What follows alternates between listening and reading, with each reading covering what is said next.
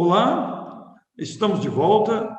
Este é o programa Espiritismo para Todos, uma iniciativa que visa levar o conhecimento espírita para o grande público, sem qualquer desejo de convencer pessoas, sem qualquer pretensão de converter pessoas, mas com o simples objetivo de tornar bastante acessível o conhecimento espírita que nos move. Eu sou Orson Peter Carrara, vocês me conhecem aqui do programa Alegria de Viver, da Rádio Saudades FM, e agora a TVM nos dá a possibilidade de levar até você o programa Espiritismo para Todos. Temos recebido a cada semana convidados diversos de vários lugares, que, movidos também pelo ideal espírita, aqui comparecem para que possamos conversar sobre os fundamentos do Espiritismo, os conhecimentos básicos que norteiam a prática espírita. Estamos aqui hoje com o amigo Marcos de Mário, que, embora natural da capital paulista, reside no Rio de Janeiro há várias décadas. Depois, no final, falaremos do trabalho e do projeto educativo do Marcos, que é um educador por excelência, somos amigos há muito tempo. O Marcos já esteve em Matão, é um escritor com vários livros publicados e está conosco. Marcos, muito obrigado pela aceitação do convite. É uma honra muito grande tê-lo aqui no programa Espiritismo para Todos. Orson, a honra é minha, eu que agradeço o seu convite, e vai ser um prazer dialogar com você, conversarmos aí com o nosso público sobre o Espiritismo, seus princípios, sua aplicação e as suas consequências na nossa vida. Isso mesmo, Marcos. Depois, ao final, falaremos do escritor Marcos de Mário, que tem livros na área da educação e tem livros espíritas também, além do seu canal de YouTube voltado para a educação, para os pais, para educadores, é um trabalho amplo. Mas antes de chegarmos a esse ponto, vamos conversar com o Marcos sobre a reencarnação, que é um dos princípios básicos do Espiritismo, um dos pilares de sustentação do pensamento espírita.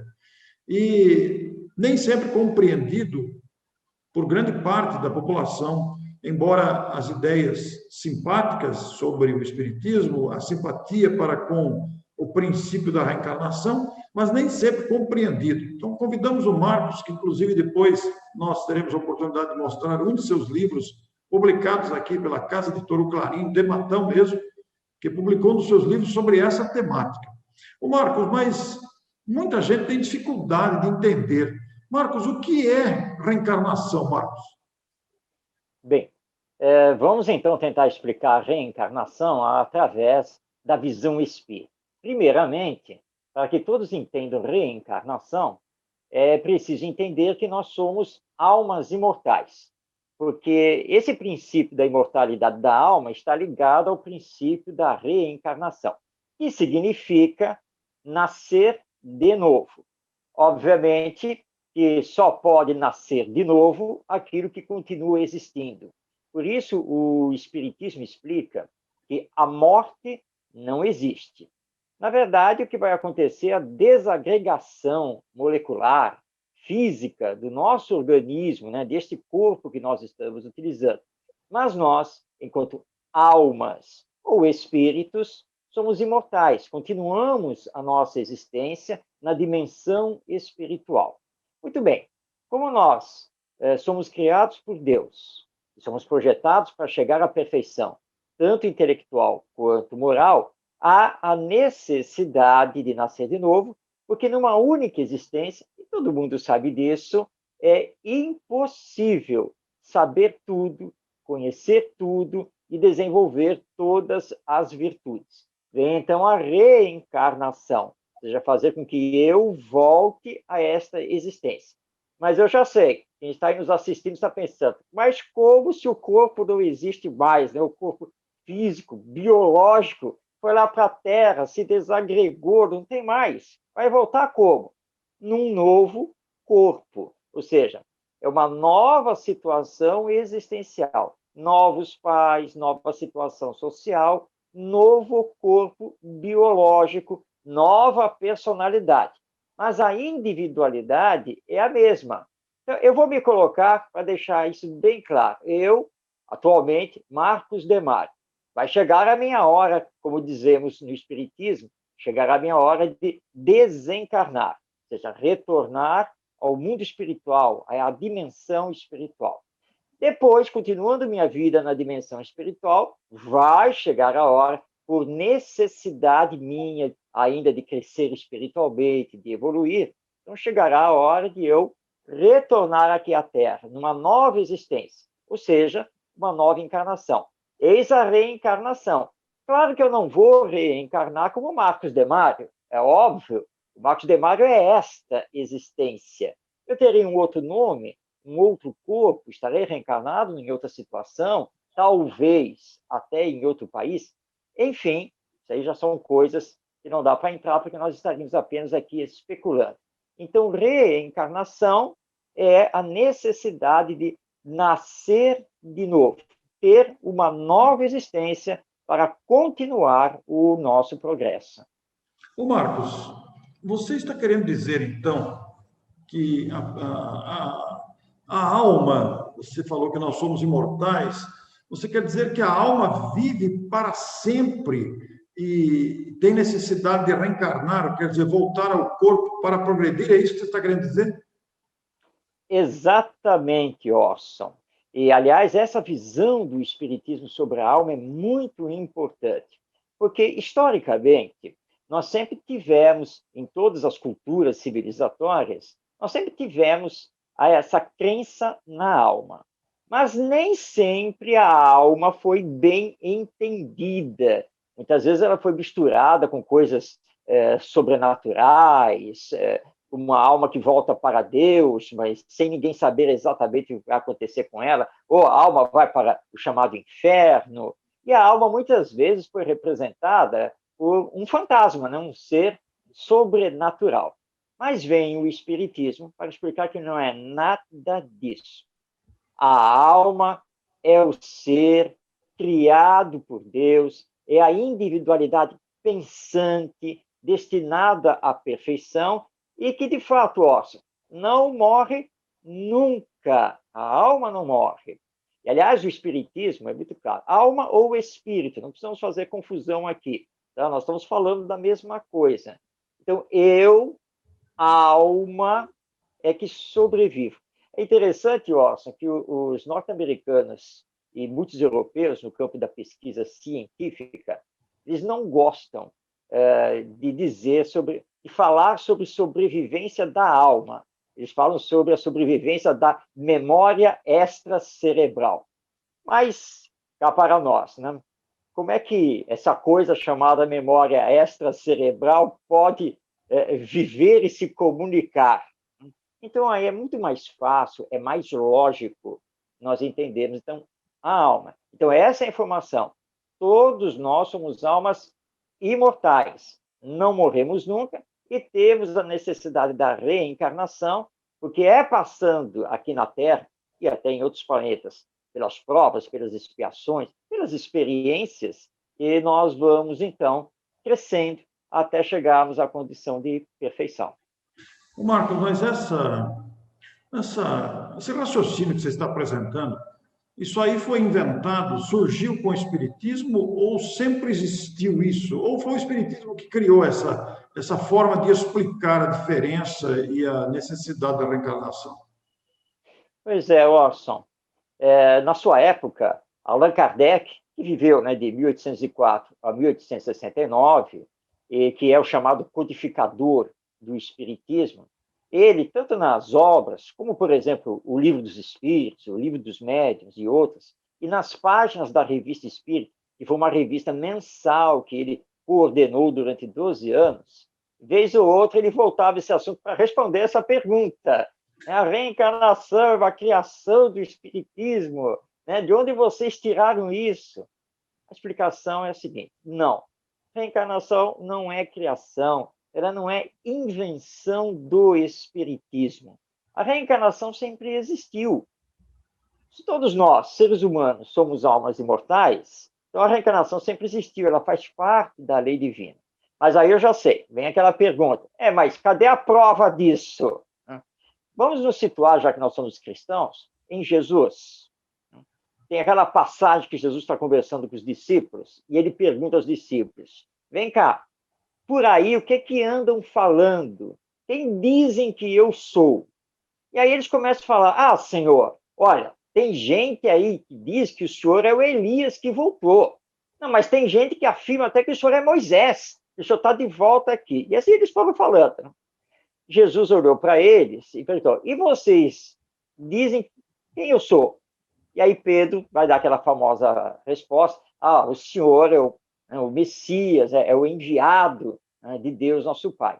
E Jesus os parabeniza por isso e não diz que eles estavam errados, porque já lá na antiga Judéia havia essa crença do retorno. Tanto que diziam que antes da vinda do Messias, Elias, o antigo profeta, deveria vir primeiro. Ora, como é que ele poderia vir primeiro sem alma imortal, sem reencarnação? Não tem como, não? E, aliás, Jesus foi questionado pelos discípulos sobre isso. Então, vamos bem traduzir aqui para nós. Senhor, vem cá, agora nós temos que parar tudo. Olha só, diz aqui nas nossas escrituras que Elias tem que vir antes do Messias. O senhor está se anunciando como Messias, cadê Elias que não veio? E aí Jesus falou, mas Elias veio, só que ele não foi reconhecido. E fizeram dele o que bem entenderam. Aí eles se entreolharam, sim, mas é claro, João Batista, que João Batista era que anunciava o Messias. E aí vem Jesus, e aí, então, aí eles concordam e dizem, realmente. Ou seja, João Batista era a reencarnação do profeta Elias.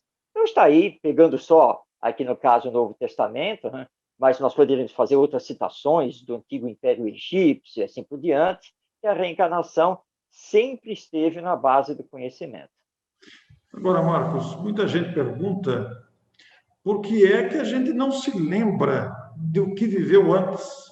Como é que fica isso? Pois é, Orson, você sabe que uma vez eu fui indagado veementemente por uma companheira dentro do centro espírita por causa dessa questão, né? Como defender a reencarnação se nós não lembramos de nada? Se eu tive já outras vidas, eu não devia lembrar de alguma coisa? Na verdade, nós temos, sim, o que eu vou chamar aqui de flashes de lembrança. Basta olharmos para nós e vermos as nossas tendências de caráter, as ideias inatas que trazemos conosco, e aí nós vamos ter uma ideia daquilo que fomos, daquilo que necessitamos. Obviamente que não vamos saber exatamente quem e o que fizemos. Mas por que isso? E o Espiritismo explica, colocando aqui o esquecimento do passado. Por que nós temos esse esquecimento? Porque, Orson, vamos pensar aqui juntos. Nós somos amigos nesta encarnação, já fizemos muitas coisas juntas, mas já pensou se eu vou ter aqui a recordação, olhando para você, que você foi aquele que lá na existência tal, lá você me fez não sei o quê, e vice-versa? Sim. Como que nós iríamos estabelecer uma amizade? Como que iríamos construir o bem nesta encarnação com essa lembrança? Então, na verdade, o esquecimento do passado é bênção, mas não é absoluto esse esquecimento. Existe aí a terapia de vidas passadas, ou regressão de memória, que às vezes, quando é permitido, nós podemos acessar essa nossa memória reencarnatória, pelo menos em parte. Mas o normal, o comum, é realmente nós não termos a lembrança de existências passadas, para não atrapalhar essa nossa existência.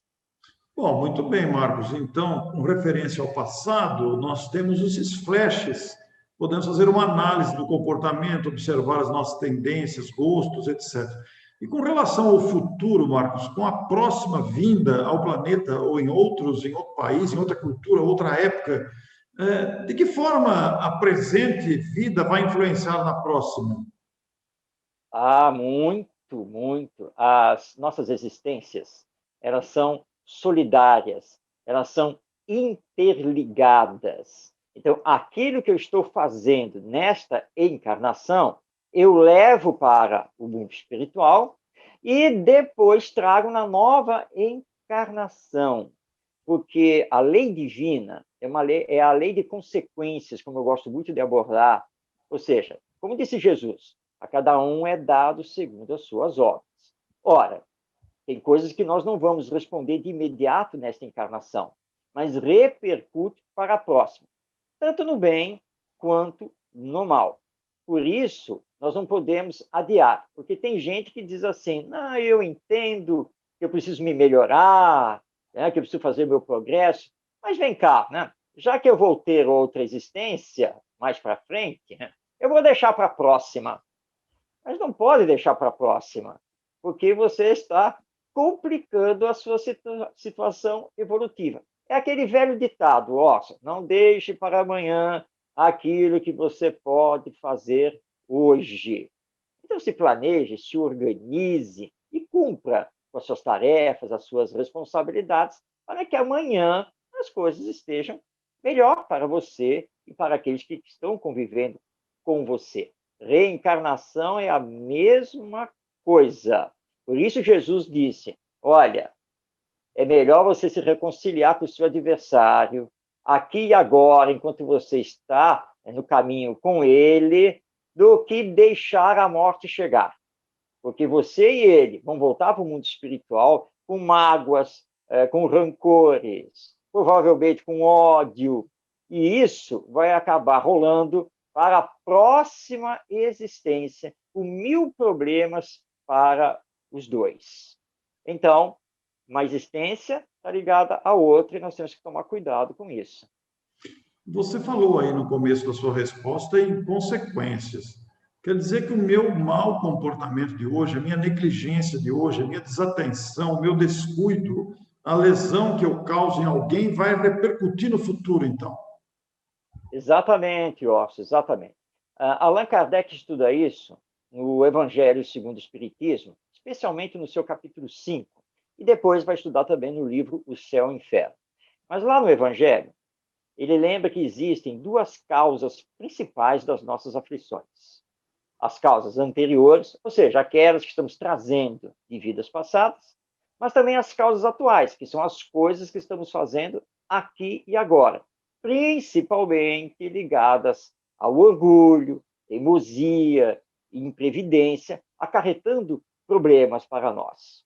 Agora, nem sempre isso pode ser solucionado no hoje, ou podemos não ter tempo para uma tomada de consciência, ter o arrependimento do que fizemos, para podermos reparar isso. Aí nós já vamos voltar para o mundo espiritual, acabou o nosso tempo aqui na Terra, e isso vai para a próxima encarnação. Nessa próxima encarnação, eu posso ter problemas mentais, psíquicos, eu posso ter problemas obsessivos, que é a interferência de espíritos inferiores na minha vida, eu posso ter problemas de ordem orgânica, né, diversos transtornos, diversos traumas, enfim, então, muitas coisas podem vir para mim como consequência do que eu fiz na existência anterior e que eu não me arrependi, né, e não iniciei a reparação do mal que eu realizei. Marcos, e no caso das crianças prodígio, crianças que com pouca idade manifestam conhecimentos que não tiveram tempo de aprender, isso é um reflexo de experiência anterior? Pois é, Orson, essa é uma das maiores provas da reencarnação. Hoje, né, pedagogicamente, cientificamente, já se fala, né, em crianças de altas habilidades. E aí vem aquela pergunta: como pode essa criança, com 2 anos de idade, que não tem pais ligado à música, não tem avós ligados à música, nada, como é que ela, numa visita que fez lá a um shopping, a um centro cultural, se colocou lá a um piano que estava lá à disposição e saiu tocando um noturno de Chopin? Como pode? E executando com perfeição. Eu assisti pela TV um concurso, né, de música clássica, né, de jovens musicistas, um garoto de 13 anos, pianista, e ele foi ao piano, acompanhado da orquestra, executar, né, uma peça de um compositor russo. E quando ele terminou, os jurados, todos especialistas em música, estavam assim, todos eles emocionados, e dizendo, nossa, gente, eu estava vendo o compositor russo ao piano. Uma coisa impressionante. Eu já assisti dezenas de intérpretes ao piano, mas realmente ver esse garoto de 13 anos tocar desse jeito, olha, meu filho, é o seguinte, provavelmente você vai até ganhar esse concurso e vai ganhar aí a bolsa para estudar lá no conservatório, lá na Europa. Mas com toda sinceridade, acho que você não tem nada mais para aprender. Você já é um virtuoso, mas eu não sei explicar isso. Nós espíritas sabemos explicar reencarnação. Ou seja, esse espírito já viveu isso no passado. Provavelmente ele foi músico, ele foi o pianista e assim por diante. Traz isso nele, e como uma prova da reencarnação. Porque se a influência dos pais não explica, a influência da educação geral não explica, né? Qual é a explicação mais lógica? Reencarnação. Não tem outra explicação para essas crianças de altas habilidades. Nós estamos abordando a genialidade, né? E não só na música, mas em todas as áreas do conhecimento, a gente vê crianças geniais e jovens que se destacam muito cedo, muito prematuramente. E o contrário também pode ser aplicado, Marcos, crianças com perversidade, por exemplo, jovens com tendências agressivas, tendência ao crime, enquanto alguns jovens se dedicam à educação, às artes, às belezas da vida, nós vemos outros se dedicando à perversidade, a gente vê ideias criminosas. Isso, além do meio, a influência do meio, da educação, também pode ser um indício de prática desta área e de vidas anteriores? Sem dúvida, Orson. Com a visão que o Espiritismo tem da alma imortal e da reencarnação, nós precisamos estar atentos enquanto pais, enquanto avós, professores. Nós vamos estar atentos, saber observar as chamadas tendências de caráter dessa alma. Porque a alma é velha, o corpo é que é novo nesta encarnação. Ora, se ele sai batendo em todo mundo, usando palavrões, quer torcer o pescoço do gato, arrebenta com todos os brinquedos, por qualquer coisa ele sai no tapa. De onde ele trouxe isso? Ainda mais se o lar for um lar, pelo menos relativamente, equilibrado. Então, nós vemos que não teve tempo, ele já com um ano e meio, 2 anos, 3 anos, demonstrando isso, a educação, o meio, teve pouquíssimo tempo para realizar toda essa influência. E aí você vê, como, aliás, deixa eu aqui contar um caso, rapidamente, porque eles são sobrinhos, né? Tem uma diferença só de 2 anos de idade, e é muito interessante, porque o sobrinho B, ele realmente sempre foi revoltado, violento, indolente, etc. E uma vez conversando sobre uma situação entre os dois, e ele disse para mim e para minha esposa assim, não, mas olha só, que ele, né, meu primo, ele é bom, ele tem um bom coração. Eu não, eu sou mau. E aí você fica olhando para ele, olha só, ele mesmo tem a percepção que ele ainda traz isso com ele. Mas não foi influência dos pais, que, aliás, pelo contrário, são pais muito bons, né? Mas é o espírito. Portanto, lá vem a reencarnação para explicar. Ele só pode ter trazido isso como uma tendência dele. É algo que ele não venceu ainda em si mesmo e que ele vai precisar de muito afeto, muito amor, muita educação, limites, para conseguir vencer essa tendência que está lá no fundo da alma dele. Então, com certeza, está trazendo de vidas passadas. Então, Marcos, nós podemos concluir aí também pela sua resposta que a reencarnação, ela também é um processo educativo. Ah, sim. Reencarnação é instrumento pedagógico de Deus. Mas deixa eu trocar isso em miúdos. Vamos entender isso. Reencarnação não é castigo. Ninguém nasceu aqui na Terra para sofrer. Sofrimento é consequência das nossas más escolhas, no mau uso que fazemos do livre-arbítrio. Porque nós não somos robôs. Somos seres pensantes e que temos liberdade de fazer escolhas. Então, reencarnação não é castigo. Na verdade, por mais dolorida que seja a nossa existência atual, reencarnação é bênção, porque ela é, na verdade, um instrumento educacional nosso. Deus olha para nós assim, meu filho, vem cá, vem cá. Eu sei que nas últimas 10 encarnações você só aprontou, fez tudo o que não era para fazer. Mas calma, calma, porque não existe inferno, nada disso. Eu vou te dar ainda mais uma oportunidade. Mas tem um porém, né? Você tem que assumir as consequências de tudo que você andou fazendo.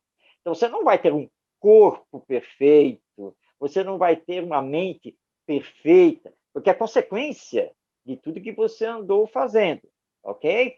Mas isso vai lhe dar uma trava para que você não faça de novo o mal. O Chico Xavier, esse nosso queridíssimo médium, ele conta um caso de uma mãe que o foi procurar e ela estava desesperada, porque o filho já nasceu com uma série de sequelas orgânicas, né? O filho não tinha os braços, tinha uma série de problemas. Né? Mesmo assim, né, esse filho era um problema. Até que ele sofreu um acidente, e ao sofrer o acidente, os médicos tiveram que amputar as suas pernas. Como mãe, ela estava realmente desesperada. Né? O filho não tinha os braços, agora também não tinha as pernas, como é que ia ser? E o Chico disse a ela, olha, Emmanuel, que é o benfeitor espiritual, está aqui me dizendo para que você não blasfeme, para que você não reclame de Deus, porque, na verdade, ele perder as pernas é bênção. Emmanuel está aqui me dizendo que ele, além de cometer o mal, ele também cometeu o suicídio, pelo menos nas últimas 3 encarnações dele. E ele já estava pensando de novo em se suicidar, caminhar até o riacho, lá o rio que tem perto da sua casa, e se jogar lá. Então, o acidente foi providencial para que ele não tenha as pernas, ele tenha que ficar na cama e seja totalmente dependente dos seus cuidados, porque é a única maneira dele fazer uma tomada de consciência ao longo do tempo. Então, nós vemos que reencarnação não é castigo, na verdade, a reencarnação é instrumento de educação do espírito. Bom, aí nós nos deparamos com uma situação muito interessante, Marcos, porque nós temos citado na questão anterior a genialidade, criaturas que se apresentam dotadas, digamos assim, de grandes capacidades, e por outro extremo temos criaturas desprovidas de, inclusive como você citou esse exemplo, de braços e pernas, que são membros essenciais para nós, né? São membros que a gente precisa deles. E também vemos criaturas na miséria, na pobreza, criaturas aparentemente abandonadas, enfermas, enquanto outros têm saúde. Uns nascem na riqueza, outros na miséria, passam fome, etc, etc, etc. As nossas diferenças são muito grandes. Mas então não há preferência do Criador com os seus filhos ou negligência do Criador com os seus filhos. É uma questão de colheita mesmo, é isso? Exato, Orson, exato. Deus não escolhe entre seus filhos. Deus não sorteia, né, recompensas ou castigos, etc. Nada disso. A lei é única para todos e Deus é farto de justiça, bondade e misericórdia. Nós só colhemos aquilo que semeamos. Toda essa diversidade social, cultural, etc., que nós temos no planeta Terra, neste nosso mundo, ela provém das nossas escolhas, da nossa caminhada terrena, tanto a nível individual quanto a nível coletivo. E vamos respondendo por aquilo que semeamos. Obviamente que se você semeia o bem, se você procura fazer a caridade, se você se esforça em colocar em prática o amor ao próximo, você colherá coisas boas, tanto já nessa encarnação, como no depois da morte e numa próxima encarnação. E o contrário vai acontecer se você semear o mal, ou se você, como diz aí uma canção popular, se você simplesmente deixar que a vida lhe leve. Pronto, e acabou. É claro que você vai responder pelas consequências de tudo isso. Deus não olha para os seus filhos e diz assim, Orson, sabe uma coisa? Eu vou mandar você para essa próxima encarnação com um problema nos olhos. Você vai ter que usar óculos. Pronto, é isso, eu quero isso. Isso não acontece. Não é assim. Ele não fica aí fazendo verdadeiro sorteio entre seus filhos. Nós colhemos o que semeamos. A lei divina é maravilhosa nisso e ninguém escapa de responder pelos seus atos, pelos seus pensamentos, por aquilo que está fazendo. Muito bem, Marcos. Marcos, aqui em Matão nós temos a Casa Editora O Clarim, fundada por Caio Barchuto, e você publicou um livro sobre esse assunto pela Casa Editora O Clarim. Pode mostrar para a gente? Sim, perfeitamente. Está aqui o livro, Reencarnação, o que é, quais as suas consequências, que é uma obra de perguntas e respostas. São um total de 100 perguntas com 100 respostas, divididas em 10 tomos, né, 10 itens.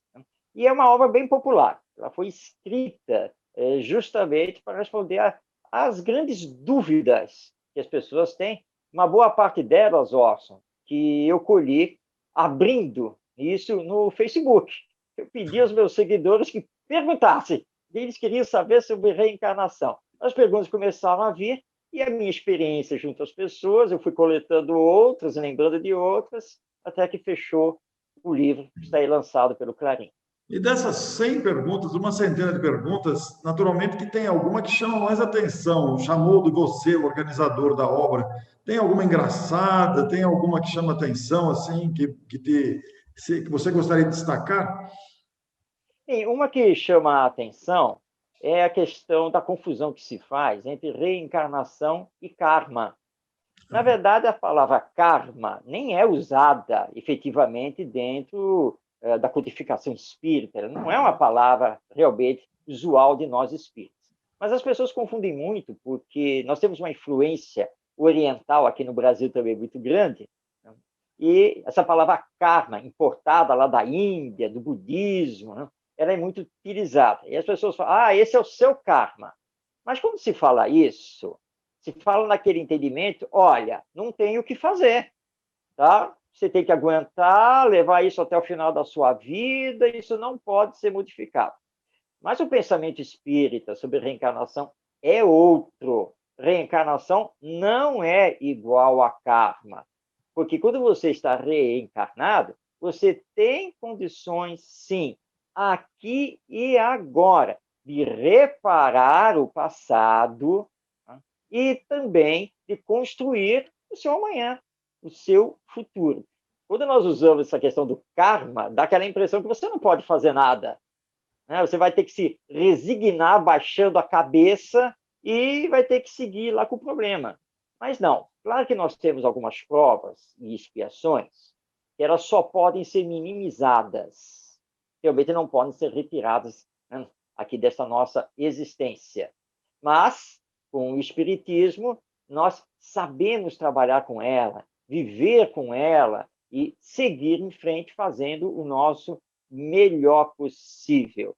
E é interessante, Orson, que nessa questão do karma, um grande companheiro aqui do Rio de Janeiro, do movimento espírita, nosso querido Gerson Monteiro, que já retornou à pátria espiritual, ele contava um caso que ele estava no supermercado, já no caixa, né, já ia passar suas mercadorias, e a caixa estava conversando com uma sua colega, né, que estava ali na outra caixa, e eles estavam falando lá dos problemas de relacionamento entre elas, né, colegas ali de trabalho no supermercado.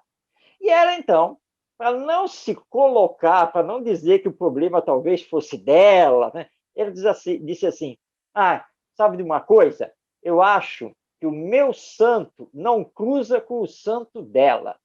Aí o Gerson ouviu e perguntou assim, dá licença, eu ouvi o que você acabou de falar, Mas olha só, pensa um pouco. Você disse que o seu santo não deve cruzar com o santo aí da sua colega. Mas santo significa um ser, né? Um ser espiritual elevado, de luz, bom, não é mesmo? Dá para imaginar que um santo não vá se dar bem com outro santo? Não seria melhor dizer que talvez o problema que tem aí entre vocês seja um problema de vocês mesmos, mas que vocês têm que aproveitar esta existência agora para tentar resolver isso? E ele disse assim, olha, aí eu falei assim, bom, deixei para lá, falei, bom, eu acho que se ela for meio nervosa, é capaz de bater em mim, né? Mas ele falou, mas não aconteceu nada, ela não respondeu, calou a boca, passou as mercadorias todas, foi, paguei e saí.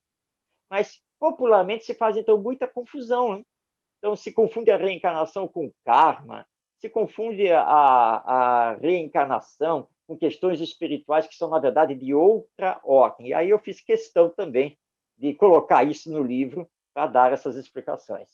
Naturalmente que, num livro com uma centena de questões, você falando de karma, surgiu a pergunta também sobre ressurreição, que é outra confusão que se faz, né, Marcos? É verdade, realmente, Orson. Aliás, os antigos judeus, na época de Jesus, faziam essa confusão. Às vezes eles estavam se referindo ao nascer de novo, mas usando a palavra ressurreição. Mas são palavras que têm significados bem diferentes. Ressurreição é ressurgir no corpo, o corpo que já foi para o túmulo. E reencarnação é nascer de novo num novo corpo.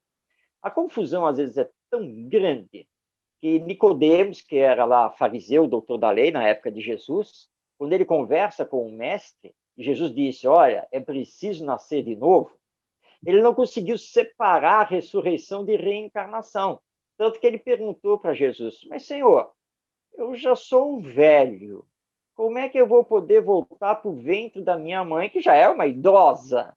Porque ele confundia reencarnação com ressurreição. Jesus voltou a afirmar a ele que era preciso nascer de novo, mas fez uma distinção, olha, o que é do espírito é do espírito, o que é da água, ou seja, da matéria, é da matéria, você está confundindo as coisas. É impossível, e isso é provado cientificamente, existir a ressurreição. Depois que o corpo cessa a sua existência, não há mais como ele retornar à vida. Espiriticamente falando, né, na visão espírita, ou seja, o fluido vital que mantinha o corpo orgânico se extinguiu, voltou à natureza, não tem mais como. Mesmo se nós abrirmos os sarcófagos do Antigo Egito, está lá a múmia, está vendo? O corpo está conservado. O corpo não, está conservado o esqueleto. Né? Parte ali do corpo, mas que é impossível regenerar. Não tem como. Isso é só ficção hollywoodiana. Só nos filmes de Hollywood que as múmias do Antigo Egito ressurgem para a vida. Não tem como. Então, a ressurreição, desse ponto de vista, como ela é entendida, é impossível e não se confunde com a reencarnação. Muito bem, Marcos. Que delícia falar tão claramente assim sobre a reencarnação. Eu fiquei pensando aqui durante a sua fala, durante todo o nosso raciocínio, nesses minutos que estamos passando juntos aqui, que me parece ser muito claro que há um critério presente nesta lei de Deus, como você bem disse, não é invenção do Espiritismo, não é imaginação de Allan Kardec, é uma lei divina. E esse critério, considerando todas as afirmações e raciocínios que juntos aqui estamos levantando, poderia ser chamado de justiça. A reencarnação é um critério de justiça para estabelecer igualdade entre os filhos de Deus? Na verdade, sim. Embora muitas pessoas também questionem isso, mas esse questionamento é natural, porque nós temos o esquecimento do passado e nem sempre nós conseguimos explicar os porquês de determinados acontecimentos e determinadas situações pelas quais nós passamos. Mas quando estudamos o Espiritismo, nós ficamos sabendo que nada acontece por acaso. E todas as coisas na nossa existência têm a sua razão de ser. E Deus, o Senhor da vida, o Criador de tudo que existe no universo, nosso Pai, Deus é a perfeição absoluta. Portanto, é também a justiça absoluta, a bondade absoluta e assim por diante. Ele não pode se enganar, não tem como. Então, a sua lei, a lei divina, a justiça divina, é totalmente justa. Totalmente. A nossa justiça humana é que é falha. A justiça divina não é. Então, mesmo que você que está aí nos assistindo não saiba o porquê de acontecer isso na sua existência, mas tenha certeza que é justo. Até porque, Marcos, nós vivemos ocorrências variadas no planeta com as diferenças que nos caracterizam em todos os aspectos, né? Diferenças materiais, intelectuais, morais, emocionais, psicológicas. Temos episódios de mortes coletivas, de acidentes fatais, de pessoas que se salvam em acidentes que são medonhos e a pessoa não sofre um arranhão. Quer dizer, existe todo um aparato de justiça, de acompanhamento em cada vida e nas vidas todas, não é assim? É verdade, Orson, é verdade, sim. E que bom, né, que temos essas diferenças todas, de toda a ordem, porque somos individualidades. Cada um faz a sua caminhada, cada um faz o seu progresso, cada um tem seu ritmo. É por isso que nós temos tanta diversidade no mundo terreno, como temos também no mundo espiritual. Alguns indagam, mas como Deus pode controlar tudo isso? Mas ele é o ser supremo. Ele é a perfeição. Kardec dá um exemplo muito bonito, fácil de entender. Né? Diz assim, olha, você está na estrada, certo? Você está na estrada. Ok. Dependendo da estrada, você tem subidas e descidas, curvas. Quando tem uma curva, você não sabe o que tem depois da curva, porque não dá para ver. Né? Tem montanhas. Né? Então, você está subindo, você tem uma subida, você não sabe o que vem depois, porque você está no chão da estrada. Mas se você sair do chão da estrada e for lá para o pico, lá daquela montanha, tá lá, e olhar para a estrada, você vai ver quilômetros da estrada. E você vai ver onde tem curva mais acentuada, onde tem declive, isso e aquilo. Esse é Deus. Deus está lá em cima. Ele tem a visão do todo. Nós só temos a visão da parte ou das partes, e muito mal. Então, ele sabe. Então, como ele sabe, por isso que os acontecimentos são justos. E a lei divina nos controla. Na verdade, nós não podemos sair fazendo exatamente o que bem entendemos. Há limites para isso. Porque ninguém deve sofrer o que não precisa sofrer. É bom nós entendermos isso. Muito bem, Marcos. Que coisa extraordinária pensarmos assim. Mas mesmo assim, Marcos, muitas pessoas que possivelmente estão nos assistindo não aceitam, não creem na reencarnação e, inclusive, rebatem a reencarnação. Nós respeitamos bastante as opiniões e, inclusive, dissemos no começo dessa gravação que nós não estamos aqui para convencer nem para converter ninguém, nós respeitamos todas as crenças.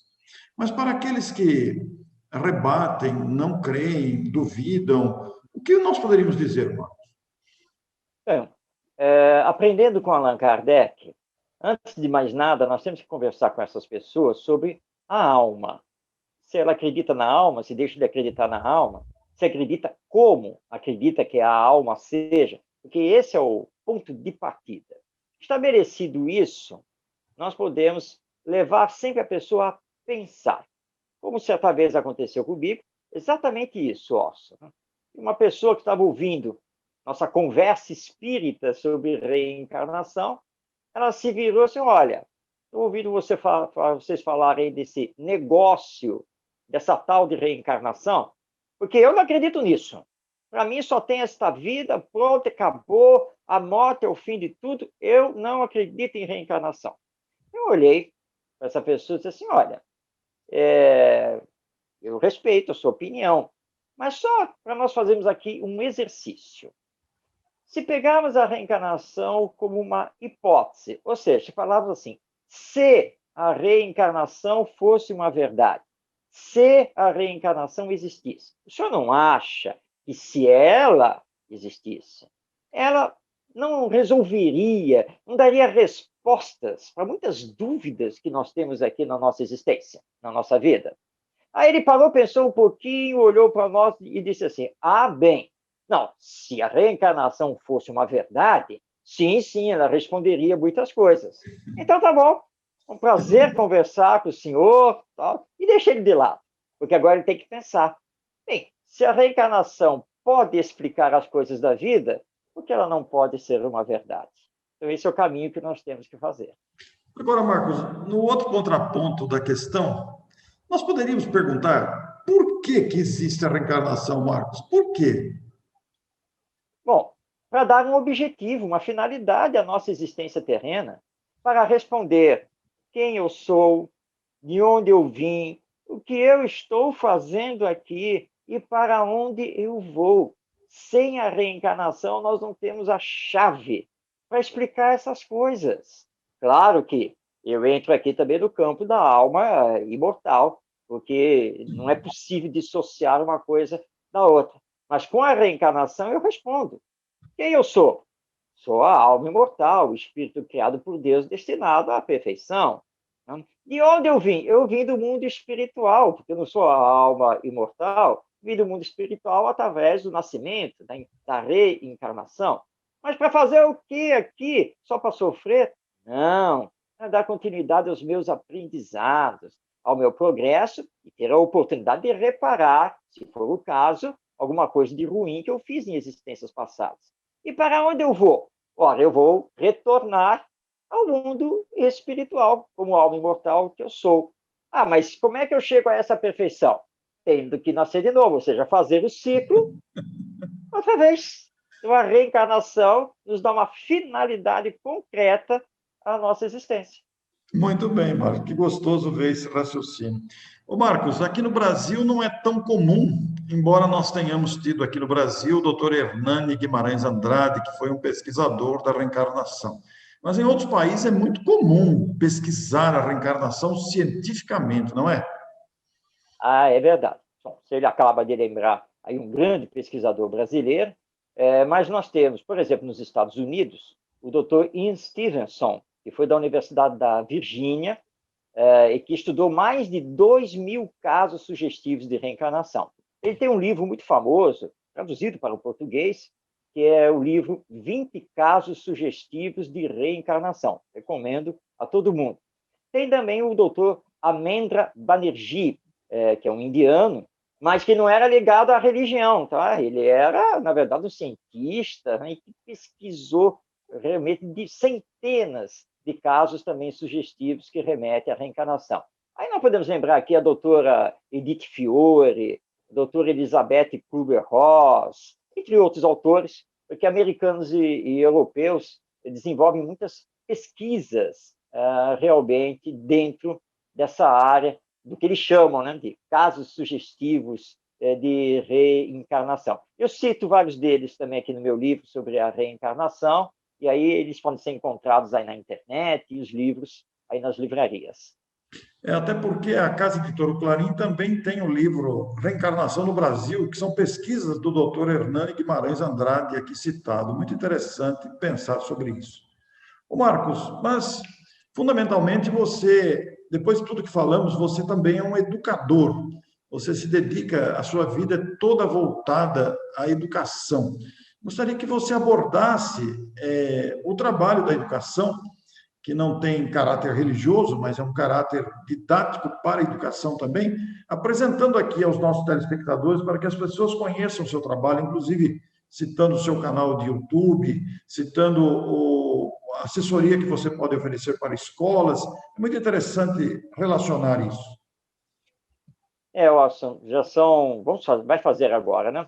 Em março, nós vamos fazer 22 anos de existência do IBEM Educa, o Instituto Brasileiro de Educação Moral. onde nós desenvolvemos treinamentos, palestras, cursos, assessoria pedagógica, dentro de dois grandes eixos, que é o projeto Escola do Sentimento e a pedagogia da sensibilidade. E nós atendemos, né, os professores, atendemos as escolas, as secretarias de educação de todo o Brasil, e tivemos a alegria, em 2016, de vermos uma das nossas escolas parceiras, que é o Centro Educacional Conhecer, da cidade de Leopoldina, em Minas Gerais, receber o certificado do Ministério da Educação como escola criativa e inovadora da educação básica brasileira, porque é todo um projeto de escola inovadora que nós desenvolvemos lá em Leopoldina. Então, nós temos feito muitas publicações, vários livros já lançados nessa área da educação, o próprio livro Escola do Sentimento, o livro Pedagogia da Sensibilidade, entre outros, e tem o canal educativo, pedagógico do IBEM Educa, no YouTube. Hoje nós já estamos com mais de 200 vídeos publicados, abordando temas, diálogos pedagógicos, entrevistas, várias coisas que nós trabalhamos, tanto na teoria quanto na prática, para levar esse projeto de escola inovadora, humanização do ensino, da gestão escolar, levar a cultura da paz para as escolas. Então, nós somos todos educadores voluntários dentro do IBEM Educa e trabalhando pela melhor qualidade da educação e por uma escola transformadora, sabe? Uma escola que faça realmente a diferença junto às novas gerações, sem esquecer dos pais, porque nós atendemos também os pais e a família dentro desses nossos projetos. No YouTube, basta lá procurar IBEM Educa, assim como na internet, né, para acessar o nosso site, e nós temos podcasts, também que é o podcast Conversa sobre Educação, tem o blog, e no blog eu me revezo com outro grande educador, que é o José Pacheco, sempre com textos inéditos, tem muito material para todos os professores, pais e pedagogos. Quer dizer que nesse canal de YouTube IBEM Educa, você coloca clipes direcionados à área pedagógica e educativa, então. Exatamente, exatamente. Os clipes têm uma duração de 5 a 6 minutos, na sua maioria, tá? E são muito diretos dentro dos temas, e sempre tentando trazer a prática. E temos também, Orson, hoje, os cursos online. Nós temos uma plataforma de educação à distância, que hoje está disponibilizando, dentro dos nossos projetos, 25 cursos de qualificação para os profissionais da educação e interessados também na educação. Ô Marcos, e nessa linha de pensamento, os pais e mães que estão nos assistindo, preocupados naturalmente com a educação, a condução dos próprios filhos, nesse desafio que é a educação dentro do lar, na convivência entre pessoas tão diferentes, você também disponibiliza material para os pais, além das escolas e educadores, os pais também vão encontrar material nessa linha, nessa direção? Sim, no canal do YouTube do IBEM Educa, quem acessar vai ver que existem várias playlists, e entre elas tem a playlist Família, onde nós publicamos vídeos que são dedicados aos pais, aos avós, aos responsáveis pelas crianças, os jovens, né, no seio da família. Muita coisa boa lá. Marcos, e você que tem tido contato com tantos educadores, com tantos professores e mesmo com pais, na época presencial, antes da pandemia, que você viajava bastante, visitava as escolas e era até contratado pelas escolas, atendia a convites, nesses debates todos, qual foi a preocupação maior que se destacou para os professores e para os pais no quesito da educação da infância? Bom, a preocupação em melhor educar, ela existe tanto dos professores quanto dos pais. Agora, o que se destaca é que professores e pais estão perdidos. Eles não sabem o que precisam fazer. Os professores, porque foram formados apenas e tão somente para dar aula, ou seja, para trabalhar a informação, a instrução, seguindo um livro didático e um programa pré-planejado e que normalmente não é flexível. Então, eles perderam o rumo da verdadeira educação. Eles são, na verdade, dizia o Pedro Demo, grande educador brasileiro, não são professores, são auleiros. E os pais atuais estão com gravíssimos problemas porque nunca receberam orientação para serem pais e saberem exatamente o que é educar. Porque criar um filho é uma coisa, educar o filho é outra, totalmente diferente. Então, existe no ar uma grande preocupação de se tentar acertar, né? De não termos uma geração, como nós estamos assistindo, tão egoísta, individualista e indiferente. Mas o que fazer? Como fazer? Então, nós, pelo IBEM Educa, temos trabalhado muito essa questão nos vídeos, nos cursos, nos treinamentos, para dar esse norte, tanto aos professores quanto aos pais, porque, na verdade, a educação em valores humanos, a educação moral, a educação da ética, ela ficou em segundo plano, e isso já fazem décadas, isso está em segundo plano. A inteligência emocional, lançada pelo Daniel Goleman, né, que fez um auê, né, no meio escolar, pedagógico, lá na década de 90, mas que depois foi descartado. Ninguém mais quis saber disso, porque é mais cômodo você repetir o que sempre foi repetido, embora venha dos péssimos resultados disso. Então, nós estamos tentando trabalhar assim, uma nova visão sobre a educação, uma nova visão sobre o ensino, a escola e também a família.